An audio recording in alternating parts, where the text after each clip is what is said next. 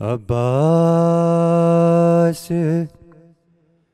کا نہ پوچھ کسی بے یقین سے، عباس کا نہ پوچھ کسی بے یقین سے، یہ سیدہ سے پوچھ یا یہ سیدہ سے پوچھ یا ام البنین سے،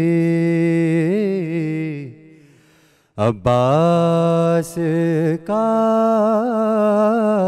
نہ پوچھ کسی بے یقین سے، یہ ان سے عظیم ہے اور بے سے بے مثال،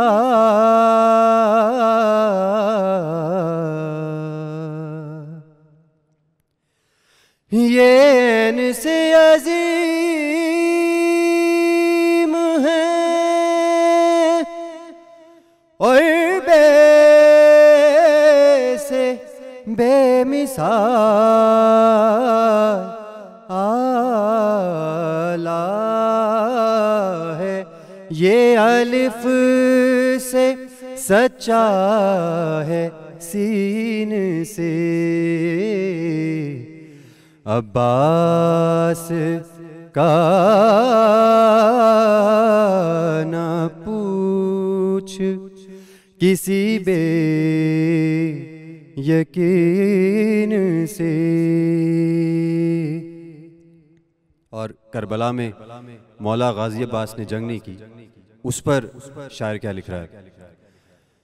موجز نما کو حکم نہیں تھا کہ کچھ کرے، ورنہ اکھاڑ دیتا سمندر زمین سے، عباس کا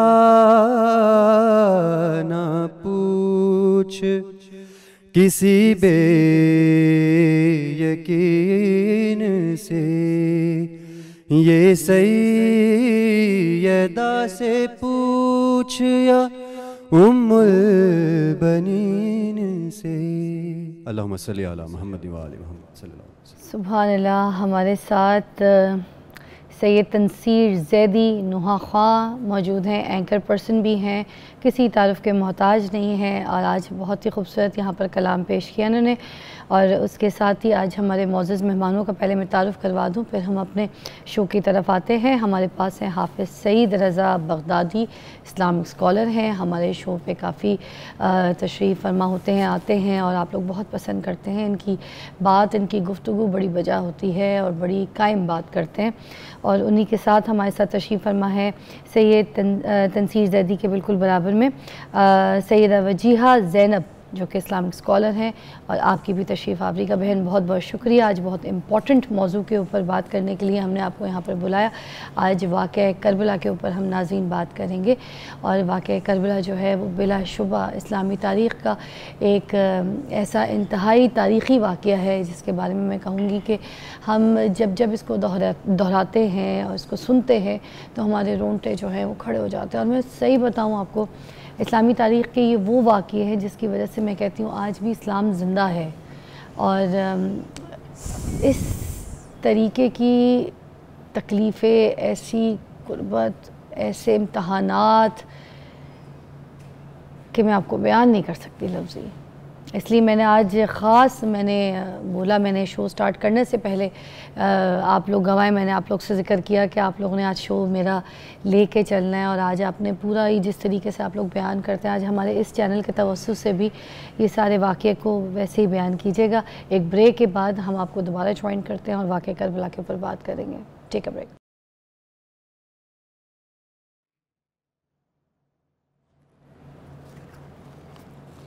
ویلکم بیک۔ اور پروفیسر ڈاکٹر شجاعت علی خان صاحب نے بھی ہمیں جوائن کیا ہے، اسلامک اسکالر ہیں، ہماری 24 نیوز کا ہی حصہ ہیں۔ بہت بہت شکریہ آپ کی تشریف آوری کا، اور واقعہ کربلا کے اوپر آج ہم بات کرنا چاہیں گے۔ تو سب سے پہلے میں شروع کروں گی کہ آپ بغدادی صاحب ذرا واقعہ کربلا کا بیان جو ہے آپ سٹارٹ کیجیے گا۔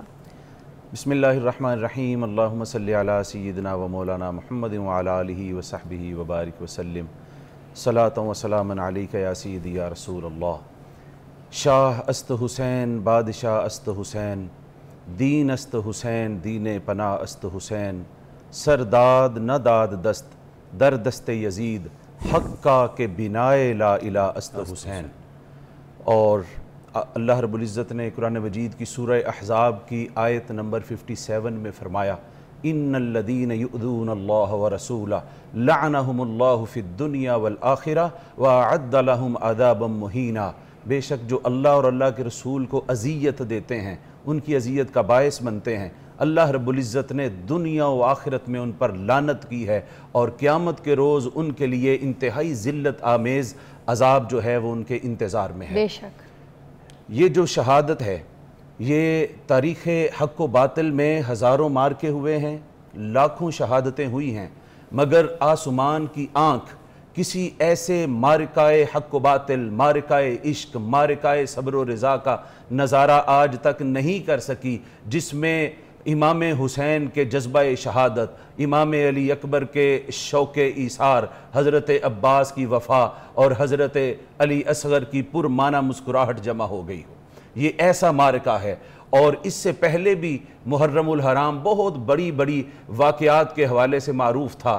جودی پہاڑ پر جناب نوح علیہ السلام کی کشتی 10 محرم کو لگتی ہے، ابراہیم علیہ السلام کی پیدائش 10 محرم کو ہوتی ہے، یونس علیہ السلام مچھلی کے پیٹ سے 10 محرم کو باہر آتے ہیں۔ بہت سارے بڑے واقعات ہیں، مگر اس عظیم واقعہ نے آ کے پچھلے سارے واقعات بلا دیے، اور یہ محرم الحرام کے یہ تاریخیں ہمیشہ ہمیشہ کے لیے سیدہ کونین کے اس شہزادے کے نام ہو گئیں۔ یہ جو شہادت ہے، اس شہادت کا ایک اہم ترین جو حصہ اور اہمیت ہے وہ یہ بھی ہے کہ یہ شہادت مصطفی ہی کا ایک باب ہے۔ یہ آقا علیہ السلام نے فرمایا، لَوَدَدْتُ أَنِّي أُقْتَلْ فِي سَبِيلِ اللَّهِ ثُمَّ أُحْيِي ثُمَّ أُقْتَلْ ثُمَّ أُحْيِي ثُمَّ أُقْتَلْ ثُمَّ أُحْيِي ثُمَّ أُقْتَلْ۔ حضور نے فرمایا، اس رب کی قسم جس کے قبضہ قدرت میں میری جان ہے، میں یہ چاہتا ہوں کہ مجھے اللہ کی راہ میں شہید کیا جائے۔ 3 دفعہ پھر حضور نے فرمایا، میں زندہ ہوں پھر مجھے شہید کیا جائے، زندہ ہوں پھر مجھے شہید کیا جائے، میں زندہ ہو جاؤں پھر مجھے شہید کیا جائے۔ یہ جان لیں کہ آقا علیہ السلام کی کبھی کوئی دعا رد نہیں ہوتی، مگر اللہ رب العزت نے آقا علیہ السلام کی جان کو محفوظ رکھنے کا ذمہ اپنے اوپر لے لیا تھا۔ قرآن مجید میں ہے، وَاللَّهُ يَعْصِمُكَ مِنَ النَّاسِ، اے حبیب مکرم ہم نے آپ کی جان کی حفاظت اپنے ذمہ لے لی ہے، مگر حضور کی دعا کو بھی تو ثمر آور ہونا تھا۔ یہی وجہ تھی کہ آقا علیہ السلام نے فرمایا، حسین منی وَأَنَا مِن حسین، حسین مجھ سے ہے اور میں حسین سے ہوں۔ تو یہاں بات دیکھنے والی یہ ہے، حسین حضور سے ہیں، یہ بات تو سمجھ آتی ہے کہ اولاد والدین سے ہوتی ہے، یہ بات سمجھ میں نہیں آتی کہ کبھی والدین اولاد سے ہوئے ہوں۔ یہ گھرانہ ہی کوئی عجب گھرانہ ہے، عجب شان و منزلت والا گھرانہ ہے۔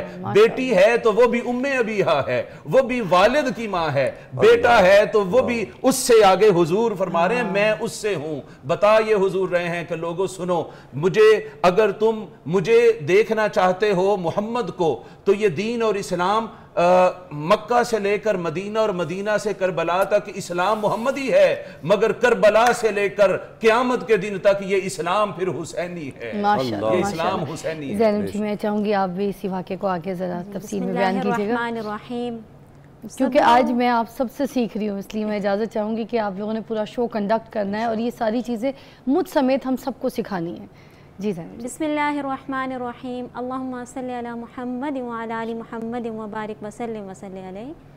صبر و سکون کا ناز وہی دل کا چین ہے، صبر و سکون کا ناز وہی دل کا چین ہے، مظلوم ہو کے بھی جو شہ مشرقین ہے، پوچھا متاع دامن اسلام جب کبھی، اسلام کہہ اٹھا میرا حسین ہے۔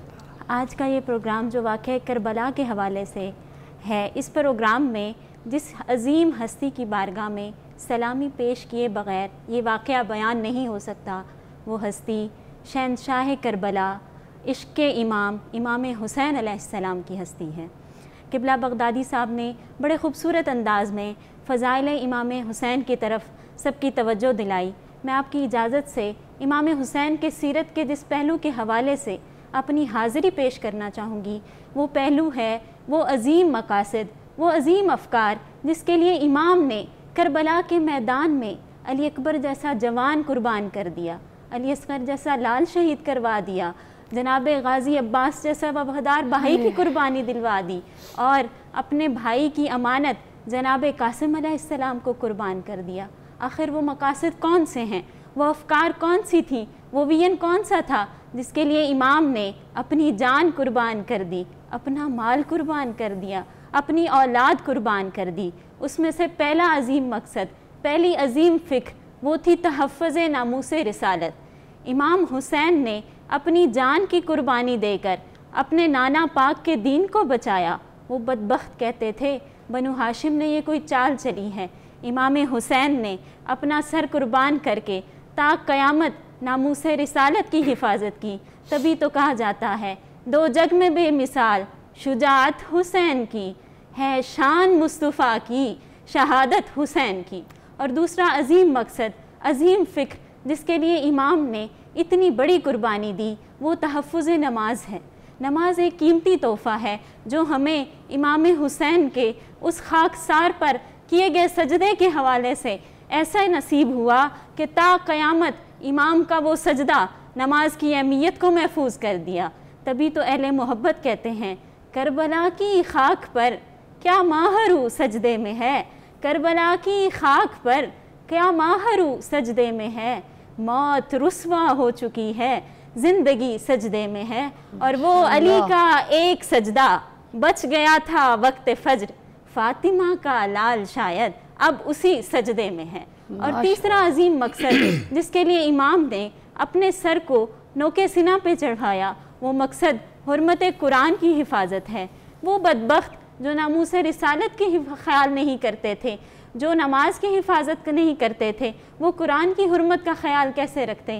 امام نے نیزے پہ چڑھ کر قرآن کی تلاوت کی تاکہ تا قیامت رب تعالیٰ کا یہ وعدہ کہ ہم نے یہ ذکر نازل کیا ہے اور ہم بھی اس کے محافظ ہیں، اس کی بہترین تفسیر کی جا سکے۔ اور چوتھا مقصد، چوتھی فکر جس کے لیے نہ تو میرے پاس الفاظ ہیں، نہ وہ خیال ہیں جن کے ساتھ میں اپنے اس انداز کو بیان کر سکوں۔ میں سمجھتی ہوں کہ امام نے یہ ہم سب پہ، پوری انسانیت پہ، اور خاص طور پہ ہم بیٹیوں، ہم بہنوں، ہم ماؤں، ہم بیویوں پہ خاص احسان کیا ہے۔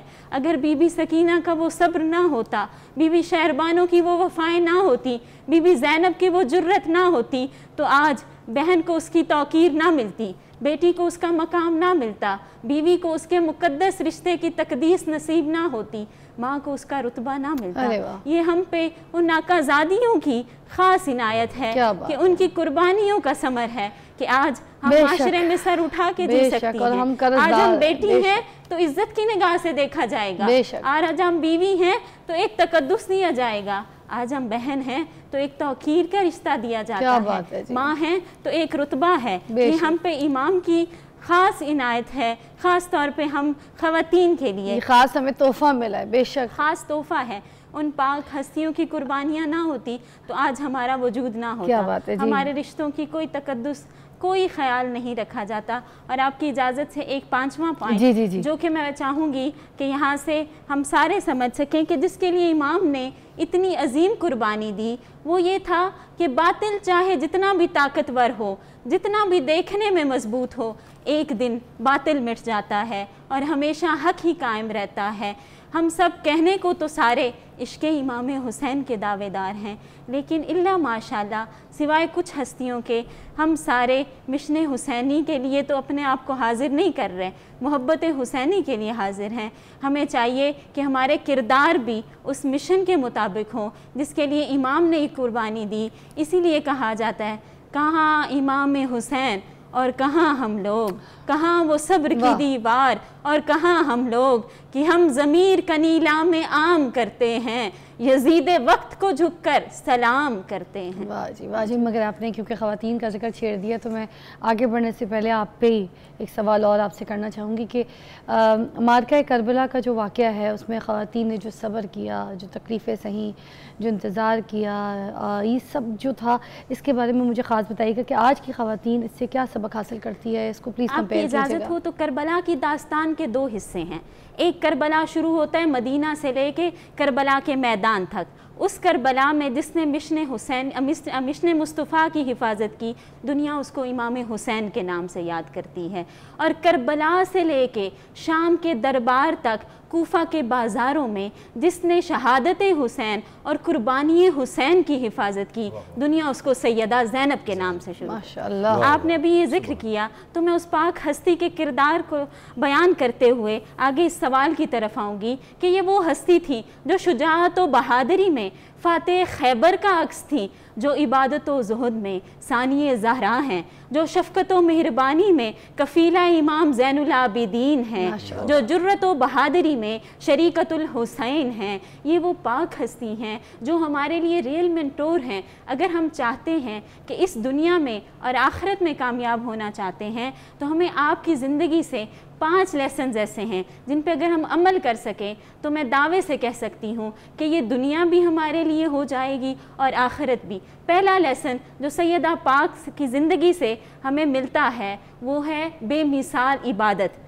سیدہ پاک کی عبادت کا عالم دیکھیں کہ عاشورہ کا دن ہے اور امام کا یہ کہنا کہ اے بہن مجھے اپنی شب عاشورہ کی نماز میں بھول نہ جانا، یہ جملہ، اور امام زین العابدین کا یہ بیان کرنا کہ شام تک جو ہم نے سفر کیا، کربلا سے لے کے شام کا سفر بڑی مشکلات کا سفر تھا۔ آپ فرماتے ہیں کہ سیدہ پاک کسی بھی وقت کسی بھی چیز کے لیے میں نے آپ کو بے چین نہیں دیکھا، میں نے آپ کو تڑپتے نہیں دیکھا۔ آپ صرف اس وقت بے چین ہوتی جب نماز کا وقت قریب ہوتا، آپ کی بے چینی میں اضافہ ہو جاتا کہ کہیں میری نماز نہ قضا ہو جائے۔ ہم جو عشق اہل بیت کے دعوے دار ہیں، ہمیں چاہیے کہ ہم اپنے کردار میں اس چیز کو لے کے آئیں، تبھی یہ جو خاص طور پہ ہماری جنریشن ہے، جنریشن زی، اس میں آپ نے دیکھا ہے ہر چیز کی سہولیات ہمیں میسر ہیں لیکن ایک بے چینی ہے، ایک اضطراب ہے، ہم سب کی نماز سے دوری ہے۔ بے شک بے شک۔ تو یہ جو تفسیر الا بذکر اللہ تطمئن القلوب کی سیدہ پاک نے بہترین انداز میں پیش کی ہے۔ فرسٹ لیسن جو ہمیں آپ کی زندگی سے لینا ہے وہ یہ ہے کہ چاہے حالات جو بھی ہوں، چاہے جو بھی منزل ہو، ہمیں اپنے آپ کو رب تعالیٰ کی ذات کے ساتھ جوڑنا ہے، اس کے ذکر کے ساتھ جوڑنا ہے۔ اور دوسری جو بڑی بہت اچھی مثال کمپیئر کی آپ نے، بہت اچھی، بہت ضروری بات ہے خاص طور پہ اس جنریشن میں جہاں ہمارے اندر صبر و تحمل نہیں ہے۔ سیدہ پاک کی ذات دیکھیں، آپ نے کس طرح حکمت اور دانائی کے ساتھ حق کو بلند کیا۔ اب دیکھیں حکمت و دانائی کیسے تھی۔ آپ دربار یزید کا وہ خطبہ اٹھا لیں، سیدہ پاک نے جب خطبہ شروع کیا تو آپ نے اس خطبے کا آغاز شکر الحمدللہ سے کیا۔ ذرا اس منظر کو سامنے لائیں کہ وہ شکر کس وقت تھا جب سارے سر جو تھے وہ سامنے تھے آقا زادوں کے، امام زین العابدین کو بیڑیوں میں جکڑا ہوا تھا، ساری سید زادیاں قید میں تھیں۔ اس وقت پاک سید زادی نے ایسی دانائی کے ساتھ اس گفتگو کا آغاز کیا کہ سب سے پہلے رب تعالیٰ کا شکر ادا کیا، پھر شکر کے بعد ان لوگوں کے ان کو ظلم کے بارے میں بتایا جو انہوں نے ظلم کیا، پھر علی زادی نے، علی المرتضیٰ کی شہزادی نے ایسی جرت اور بہادری کے ساتھ ان کو ان کے انجام سے باخبر کیا کہ تم لوگوں کا انجام کیا ہے۔ یہ ہے کہ جب بھی آپ نے کوئی بات کرنی ہے تو حکمت اور دانائی کا ساتھ ہمیشہ اپنے ساتھ رکھنا ہے۔ بہت اعلیٰ، بہت اعلیٰ۔ دیکھیں ایسے واقعات جب ہم سننا شروع کریں اور ہم اپنی زندگی میں اس کو شامل کرنا شروع کریں تو پھر ہم سیریسلی بتائیں ہماری زندگیاں تبدیل ہو جائیں۔ ان واقعے کو ہم لوگ سن تو رہے ہوتے ہیں موسٹلی جب بھی محرم کا مہینہ آتا ہے یا پھر اور کوئی ایسے مہینے اسلامی مہینے آتے ہیں یا کوئی دن آ جائے تو ہم فوراً بیٹھ کے نا ٹی وی پہ اور کہیں کسی لوگوں سے یا کسی مجالس میں بیٹھ کے جاتے ہیں, بیٹھک لگاتے ہیں, سنتے ہیں, مگر کیا ہم اس کو اپنی زندگی پر عمل کرتے ہیں؟ نہیں. یہ بے چینیاں جو اس خواتین میں ادھر اس ٹائم انہوں نے تکلیفیں سہیں, اس کے باوجود اتنی ٹربلز کے باوجود کھڑی رہیں, صبر کا بڑا مظاہرہ کیا, اس کے باوجود ایک بے چینی ان کے اندر کہ انہوں نے نماز قائم کرنی ہے. نماز کا وقت آنے سے پہلے جس طرح سے جی زینب جی نے بتایا کہ کس طرح سے وہ تکلیف میں رہ جاتی تھیں, بے چین ہو جاتی تھی, تو ہمارے اندر یہ چیزیں کیوں نہیں ہیں؟ ہم نے بھی تو اپنی زندگی کو تبدیل کرنا ہے. ہم بریک سے واپس آتے ہیں تو پھر یہاں پر پروفیسر شجاعت صاحب جو موجود ہیں ان سے بھی کچھ بات کریں گے. ایک بریک کے بعد ملتے ہیں.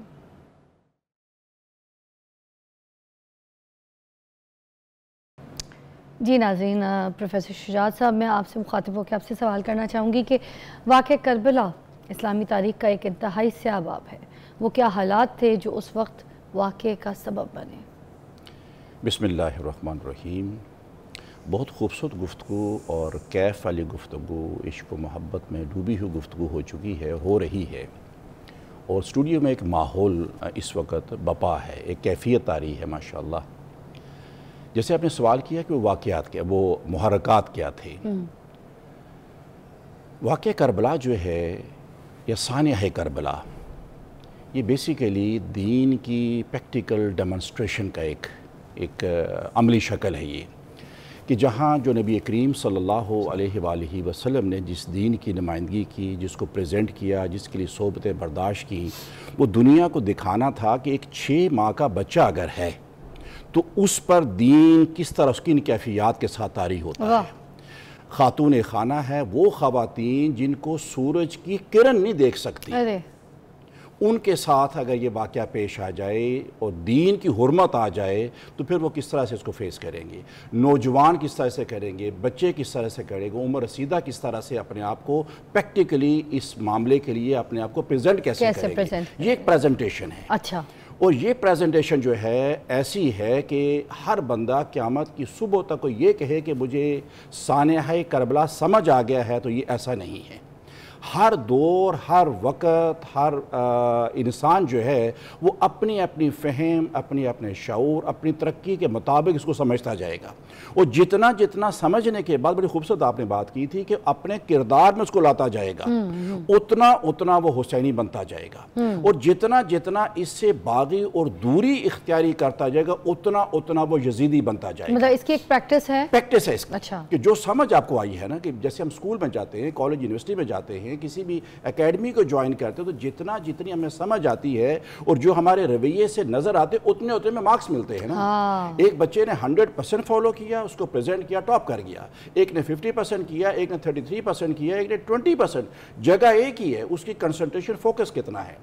ان کے محرکات میں جب امام حسین علیہ السلام حج کے لیے روانہ ہوئے مدینہ پاک سے کدھر, مکہ المکرمہ کی طرف, تو 2 دن حج میں باقی ہیں. ہم نے کوشش کرنا کہ اپنے ناظرین کو سمجھا سکے کہ واقعہ کے محرکات بڑے خوبصورت سوال وہ ہیں کیا. 2 دن حج ادا ہونے میں باقی ہیں, تو وہاں کے حالات و واقعات دیکھیں کہ یہ حالات غیر معمولی ہے. یہاں پر اگر میں یہاں پر رکتا ہوں تو یہاں کسی طرح کی بھی بے حرمتی ہو سکتی ہے. یہ ہے وہ ذاتیں کہ اگر میں یہ رکا, کچھ ایسے لوگ, افراد وہاں موجود ہیں جو کسی طرح کی سازش و شرارت کر سکتے ہیں. تو مولا نے کیا وہاں سے کہ اس حج کے لیے انسان تڑپتا ہے, حج موقوف کر لیا, حج چھوڑ دیا, اور وہاں سے سفر شروع کر دیا کربلا کی طرف. اچھا. اپنے ساری فیملی کو ساتھ لیے ادھر چل پڑے, حج چھوڑ دیا کیونکہ حالات وہ نظر آ رہے تھے. جو آگے بڑھتے گئے تو پھر راستے میں آپ کو روک لیا گیا. روکنے میں 7 روز تک جو ہے آپ کا محاصرہ کیے رکھا, اور آپ کو مجبور کیا جاتا رہا کہ آپ یزید کی بیعت کر لیں تاکہ معاملات کو یہیں سیٹل ڈاؤن کر لیا جائے. فرمایا یہ تو پاسبل ہی نہیں ہے نا کہ ایسے کی بیعت کریں کہ جو دین کی شکل کو بگاڑ رہا ہے, بگاڑ چکا ہے, اور ہم اس کی بیعت کریں. یہ تو پاسبل ہی نہیں ہے نا. 7 روز تک یہ محاصرہ چلتا ہے, اور 7 روز کے بعد جو ہے پھر نیا ایک دستہ آتا ہے, اور ان کو جو ہے نا یہ چیلنج کرتا ہے کہ اب یا تو بیعت قبول کریں یا پھر جنگ کے لیے تیار ہو جائیں. اب آخری جو 3 ایام ہیں, ان 3 ایام کے اندر جو ہیں وہ دیکھیں جو دوسری طرف موجود ہیں وہ امام کے پیچھے نمازیں بھی پڑھ رہے ہیں.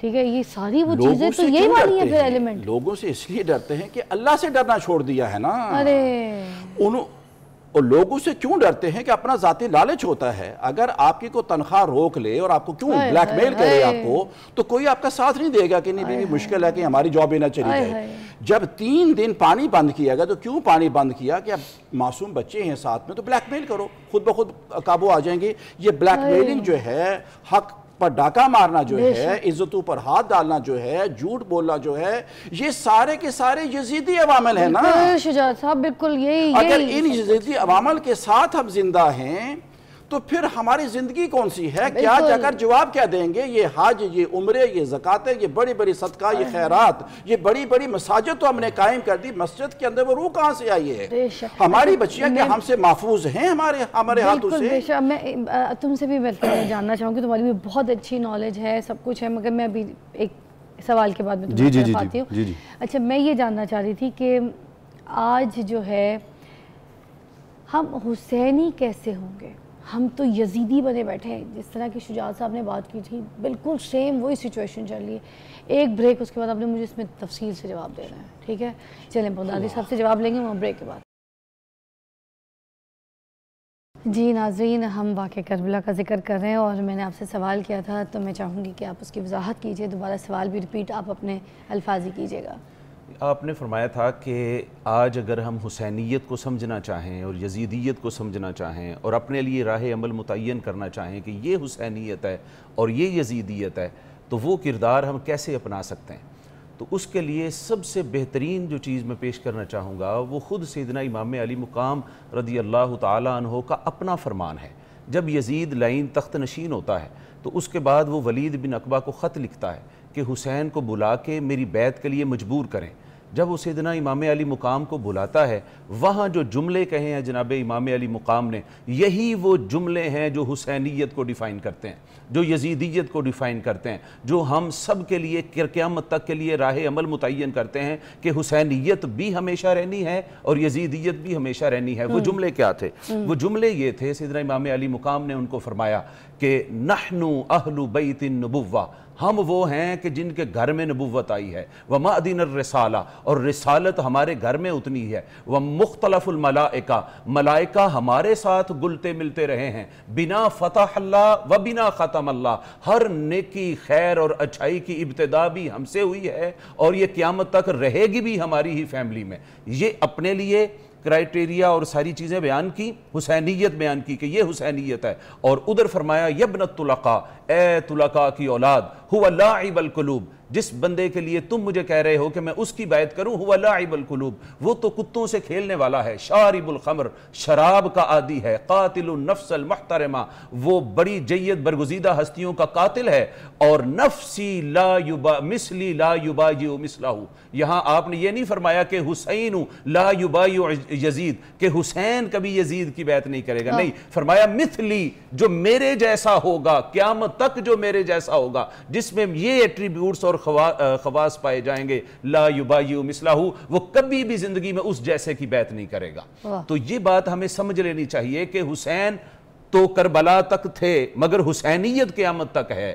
یزید بدبخت بھی اس دور تک تھا مگر یزیدیت بھی ستیزہ کار رہا ہے ازل سے تا امروز. چراغ مصطفی سے شرار بولہبی، یہ قیامت تک کے لیے 2 راستے ہیں اور ہم انتخاب کر سکتے ہیں کہ ہم حسینی راستے پر چلیں گے یا ہم یزیدیت کے ساتھ ہوں گے. تو دیکھیں آج کے دور میں، آج سے 1400 سال پہلے کے یزید کو گالی نکالنا، اس پر لعنت کرنا بہت آسان ہے، مگر دور حاضر کے یزید کو للکارنا مشکل ہے. آج کے دور کے بھی تو یزید ہیں، یہ وہی یزید ہیں جنہوں نے آج امت کا اخلاق تباہ کیا، کردار تباہ کیا، نوجوانوں کی زندگیاں برباد کی، ایمان برباد کیے. وہ بھی تو یزید ہیں جو ظلم کا نظام لے کر آئے ہیں. میں آپ کے اسی سوال کو ذرا آگے بڑھاتے ہوئے، مگر یہ سوال میں آپ سب سے جو ہے کرنا چاہوں گی کہ پلیز، کیونکہ یہ عام لوگوں کے دماغ کا سوال نہیں، شاید میرے دماغ میں خلل میں پھنسا ہوا ہے. میں آپ سے اس سے بھی پوچھنا چاہتی ہوں کہ یہ، کیونکہ مجھے لگتا ہے اس سوال سے جو نوجوان نسل ہے وہ جڑ کے اس کا جواب جو ہے بہت حاصل کر سکیں گی. تو اس لیے I just want to know، اگر میرے سوال میں کوئی کوتاہی ہو تو میں پہلے اس کی معافی چاہتی ہوں. مجھے یہ بتائیے گا کہ جو کربلا کا واقعہ تھا جناب، ٹھیک ہے، اس میں جتنی تکلیفیں تھیں، جتنے ظلم تھے، ہم نہیں سن سکتے، ہم سے برداشت نہیں ہوتا.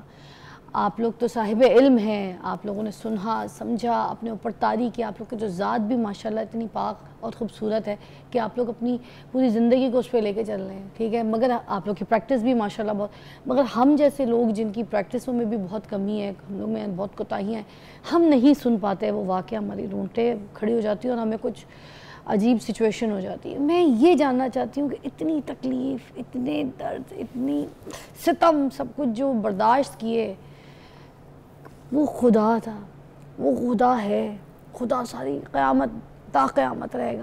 اس خدا نے کہا کہ بھائی میں تمہیں اتنی تکلیفیں دے سکتا ہوں جتنی تو برداشت کر سکتا ہے. پھر اس ٹائم پہ ان کو اس تکلیفوں سے کیوں گزارا گیا، تو خدا نے وہ چیزیں روکی کیوں نہیں. اب فلسطین کا واقعہ آپ لے لیں، یہ فلسطین کے اوپر اتنا ظلم، اتنی تکلیفیں، یہ ویڈیوز یہ جو ہم دیکھنے کو نہیں برداشت ہو رہی ہوتی. تو مجھے یہ بتائیے، تمہارا اللہ ہے تو اللہ کیوں نہیں روک لیتا؟ دیکھیں اللہ رب العزت نے ایک دفعہ ایک صحابی حضور کے پاس آ کے انہوں نے عرض کی، یا رسول اللہ میرا مال بھی جاتا رہا اور میری صحت بھی خراب ہو رہی ہے دن بدن. حضور نے فرمایا لا خیر لعبد لا یذهب مالہ ولا یسقم جسمہ. جس بندے کو کبھی مالی نقصان نہ ہو اور صحت کا نقصان نہ ہو، اس کے لیے کوئی خیر ہی نہیں ہے، اس کے لیے کوئی خیر نہیں ہے. حضور فرماتے ہیں اذا احب عبدا ابتلاہ، اللہ پاک جب اپنے بندے سے محبت شروع کرتا ہے تو اس کو کسی ابتلا میں ڈال دیتا ہے، آزمائش میں ڈال دیتا ہے. تو جتنی زیادہ اس کی محبت بڑھتی چلی جاتی ہے، اس کی ابتلائیں بھی اسی قدر بڑھتی چلی جاتی ہیں. آپ حضرت ابراہیم علیہ السلام کو دیکھیں نا، جب وہ منجنیق میں رکھ کر بیٹھے تھے ابھی اور ان کے لیے الاؤ تپ چکے تھے، آگ تپ چکی تھی، فرشتہ آیا تھا کہ آپ کہیں تو آگ ٹھنڈی کر لی جائے. انہوں نے فرمایا نہیں میں یہ نہیں چاہتا. انہوں نے کہا آپ پھر چاہیں تو اللہ رب العزت سے طلب کر لیں کہ آگ ٹھنڈی ہو جائے. آپ نے فرمایا نہیں، میرا چاہنے والا اور جس کو میں چاہتا ہوں وہ مجھ سے زیادہ میرے حال سے واقف ہے. تو پھر صدق خلیل بھی ہے عشق، صبر حسین بھی ہے عشق، مارکہ وجود میں بدر و حنین بھی ہے عشق. یہ عشق کی داستانیں ہیں، یہ اور داستانیں ہیں. اور یاد رکھ لیں وہ ابتدا قربانی کی جو ایک نبی کے بیٹے حضرت ابراہیم کے بیٹے اسماعیل علیہ السلام سے کی تھی، مگر اس کی تکمیل نہیں کی تھی، ان کو بچا لیا گیا تھا. اسی قربانی کی تکمیل کربلا میں جا کے مصطفیٰ کریم کے بیٹے حسین کے ذریعے کی گئی ہے. حضرت اقبال فرماتے ہیں کہ نہایت سادہ و رنگین ہے داستان حرم، ابتدا اس کی اسماعیل ہے، نہایت اس کی ہے حسین. تو آپ یہ دیکھیں کہ آقا علیہ السلام کو جو مرتبہ ملا، جتنے انبیاء آئے ہیں ان کو جو جو مراتب مقامات ملے، معجزات ملے، وہ سارے اکٹھے کر کے آقا علیہ السلام کو عطا فرما دیے. اقبال نے فرمایا حسن یوسف دم عیسیٰ ید بیضہ داری آنچ خوباں ہما دارن تو تنہا داری. یا رسول اللہ جو سب کو علیحدہ علیحدہ ملا ہے، آپ کو وہ سب کچھ اکٹھا ملا ہے. تو حضور کی ابتلا بھی اتنی تھی، حضور کی آزمائش بھی اتنی تھی. تو حضور کے شہزادوں نے پھر قربانی کی بھی وہ ایک مثال سیٹ کی ہے کہ کائنات انسانی میں پھر جب تک قیامت آئے گی کوئی شخص یہ دعویٰ نہیں کر سکتا کہ اس نے اس سے بڑی قربانی دی جو مصطفیٰ کریم کے بیٹے نے دی ہے، جو جناب امام علی مقام نے دی ہے. آپ بھی میں چاہوں گی اسی پہ آگے کچھ جی بینگ اے ینگسٹر صاحب علم یہاں پہ تشریف رکھتے ہیں، کیونکہ ساتھ میں نے فلسطین کو بھی جوڑا. تو میں یہ دیکھنا چاہتی ہوں نوجوان نسل جو ہے جو میری انڈرسٹینڈنگ، اور بڑا اچھا سوال آپ نے کیا. یہ سوال آج کے جتنے بھی نوجوان ہیں، چاہے وہ خواتین ہوں چاہے وہ مرد حضرات ہوں، ان کے ذہن میں آتا ہے. لیکن جو میری انڈرسٹینڈنگ ہے اس کے حوالے سے کہ مولا امام حسین علیہ السلام اگر ہم دیکھیں کہ عظمت کا پیکر تھے اور خاندان رسالت، نبی کے بیٹے، یہ ساری عظمت تھی، فضیلت تھی. اس کے باوجود جیسا آپ کا سوال تھا کہ یہ قربانی ہوئی، میری انڈرسٹینڈنگ یہ ہے کہ آج کے دور کے لیے ہمیں اس سے یہ سبق ملتا ہے کہ اس دور میں اتنی عظمت اور فضائل کے مالک جب مولا امام حسین علیہ السلام، ہر چیز ان کے قدموں میں ہے، دنیا کے خزانے ان کے قدموں میں ہیں، وہ ایک حکم کریں تو سب کچھ تہس نہس ہو جائے، سب کچھ تہس نہس ہو جائے. نہیں کیا، نہیں ایسے اس چیز کو استعمال نہیں کیا. خدا کی رضا کے لیے میدان کربلا میں نہ صرف خود کو بلکہ اپنے پورے خاندان کو قربان بھی کیا، اور آگے ان کی نسلیں بھی ہیں وہ قربانیاں دیتی رہی. تو آج کے دور میں ہم یہ ٹیمپریری قسم کے جو ہمیں منصب ملتے ہیں جی، کہ اگر ہم چپ ہو جائیں یا کسی غلط بات پہ اس کو غلط نہ کہیں تو ہمارا دنیاوی منصب بچ جائے گا. تو مولا امام حسین علیہ السلام نے یہ سبق دیا کہ میں پوری کائنات کا مالک ہونے کے بعد بھی اگر خدا کے لیے قربانی دے رہا ہوں، اپنے نانا کے لیے قربانی دے رہا ہوں، تو تمہارے یہ عارضی جو منصب ہیں کسی بھی مقام پر وہ کوئی معنی نہیں رکھتے. مجھ سے بڑے نہیں ہو سکتے. حق اور باطل میں جب بھی کھڑا ہونا ہے تو پھر حق کے ساتھ کھڑے ہونا ہے, پھر تمہارے کوئی منصب اس میں قربان ہوتا ہے, تمہارا خاندان قربان ہوتا ہے. کیا بات ہے جی. ایک نیوز کی بریک ہے, ہم آپ کو دوبارہ جوائن کریں گے, مگر میں آپ کو یہ بتا دوں واقعہ کربلا سے جو اس واقعے سے ہم سیکھ رہے ہیں نا اور ہم اپنی زندگی پہ عمل کر رہے ہیں نا, وہ آج کے پروگرام میں ضرور سیکھیے. بریک کے بعد ہم آپ کو دوبارہ جوائن کریں. دلوں نے گاہ کی سچی خوشی حسین سے ہے, دلوں نے گاہ کی سچی خوشی حسین سے ہے. میں جی رہا ہوں میری زندگی حسین سے ہے, دلوں نے گاہ کی وفا خلوص محبت اسے سلام کرے,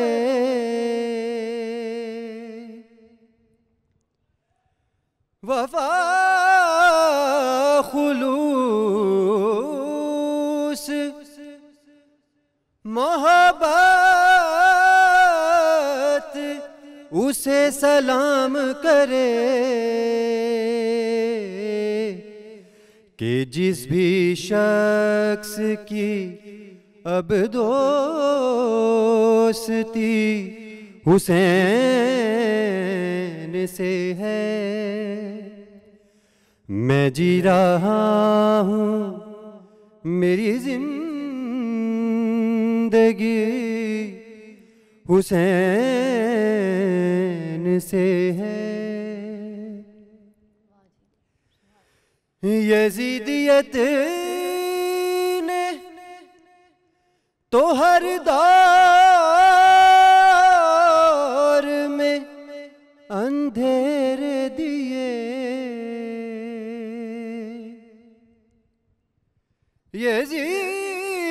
یزیدیت نے تو ہر دور میں اندھیرے دیے, جہاں میں چاروں طرف روشنی حسین سے ہے. دلوں نے گاہ کی سچی خوشی حسین سے ہے. میں جی رہا ہوں میری زندگی